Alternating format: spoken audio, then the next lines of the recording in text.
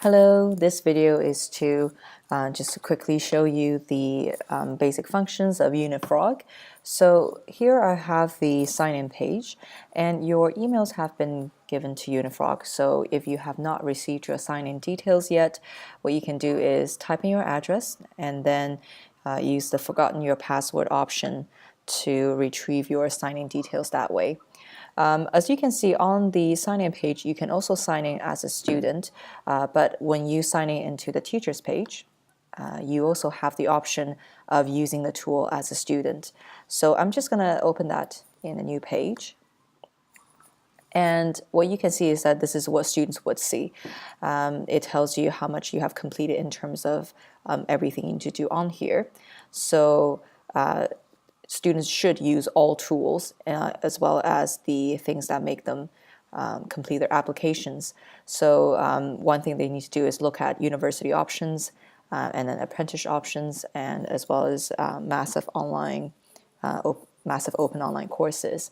So the idea is that when they make the decision, their final decision, they will be very well informed on what they can do and so on.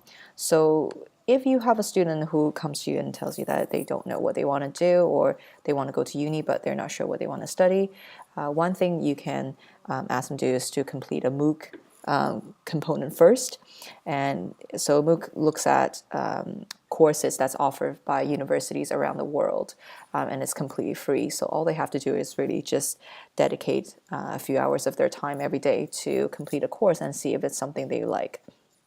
So another thing that they definitely need to get started right now is to complete these components right here. Teacher references will be completed by the teachers, so what they should be focusing on is competency store as well as their personal statement.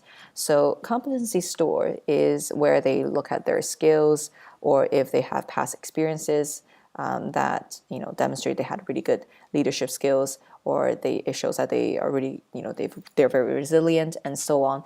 So those are just some of the examples, but this is the form that helps them to organize their thoughts, and eventually these things are things that can ultimately go into their personal statement or their applications, or even things that they can mention during their interviews. And personal statement is something that you want to keep pressuring them about, because it takes a long time to complete a personal statement, and students often overlook how many drafts they need to produce before they produce something that they really want to keep and then use for their applications. So definitely tell students to get started now, because often it takes months to complete this part. And once they have completed all of that, they can use, as well as they've completed a shortlist for the university choices, they can go on to use the UCAS part. And so once, when you're in this page and you want to go back to the teacher page, all you have to do is sign out, and you're back on the teacher side of unifrog. So when you log in, it tells you, it gives you an overview of the progress of our students, and then the site automatically gives you a bunch of suggestions on what you can do. For example, email the people who haven't started a pathway, or people who have not completed a shortlist, and so on. And if you go on to the very bottom of the page, it also shows you the latest activity. So you can see that Saba has this morning completed an apprenticeship shortlist, and so on, or last Friday Ahmed completed a college shortlist, and so on. And go on to the top of the page, you can manage your students. And when you get onto this page, make sure you click on the 2018 Year 12 tab, because that's our cohort. And here you can add more filters to really look at who hasn't done certain things, and so on.